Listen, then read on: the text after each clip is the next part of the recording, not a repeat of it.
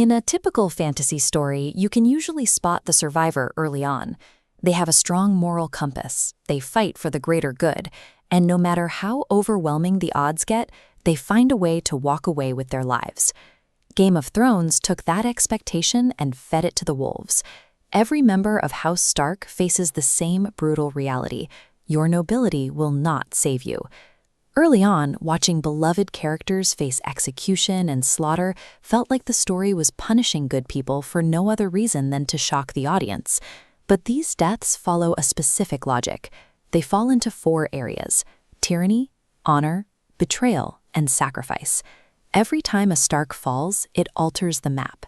These turning points shift the power balance of the entire continent. By tracking these specific losses, we can see how the Stark children transitioned from victims of the system to the architects of its next iteration. The pattern begins long before the events of the television series. When King Aerys II, the Mad King, summoned Lord Rickard Stark to answer for his son Brandon's alleged treason, the result was a calculated display of absolute cruelty. Rickard was suspended from the rafters and roasted alive by wildfire. Brandon was strapped to a strangulation device with a sword placed just out of reach, choking himself to death in a desperate attempt to save his father. Within a matter of minutes, the ruling family of the North lost both its lord and its primary heir. King Aerys intended this execution to crush any lingering dissent. Instead, the brutality of the act drove the North, the Vale, and the Stormlands into an immediate alliance. This execution did more than kill a lord and an heir. It shattered the North's 300-year allegiance to the Targaryen kings and set the stage for their total removal from power. A generation later, Eddard Stark carried the weight of the family name.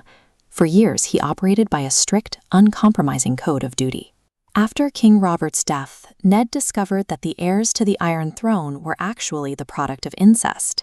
Ned believed that presenting the truth to the realm would ensure a peaceful transition of power. He severely underestimated the ruthlessness of King's Landing.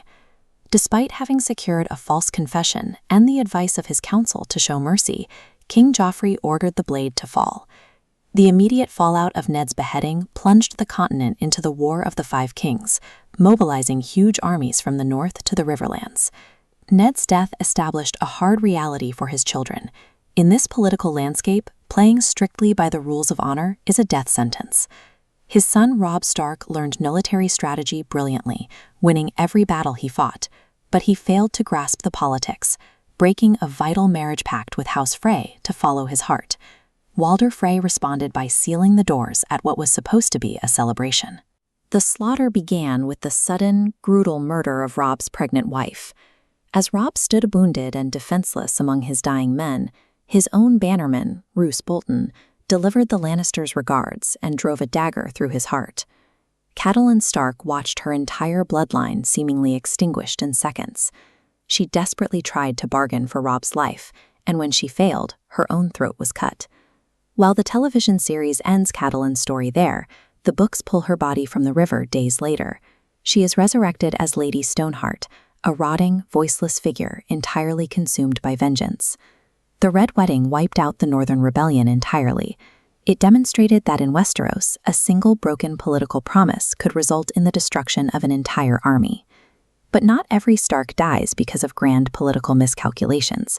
Some of the most impactful deaths come from intimate, conscious choices. Look at this lineage map. Lyanna Stark bled to death in the Tower of Joy to extract a promise from Ned.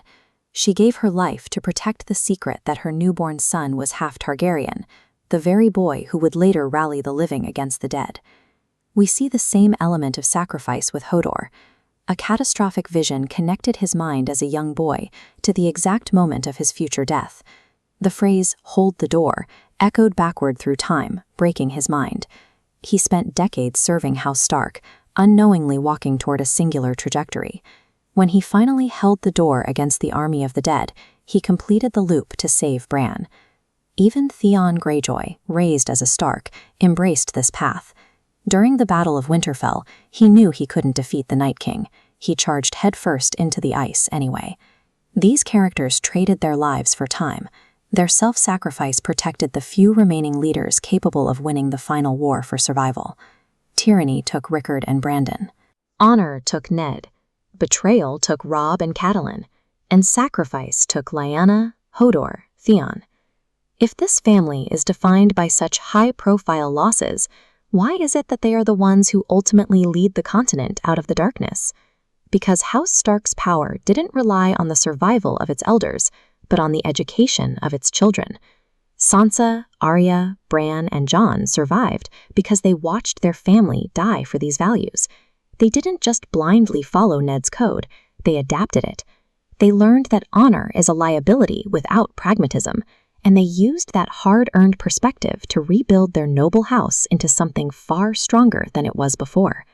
In Game of Thrones, a Stark's death is not just an ending, it is the hard-learned lesson upon which the future of the realm is built.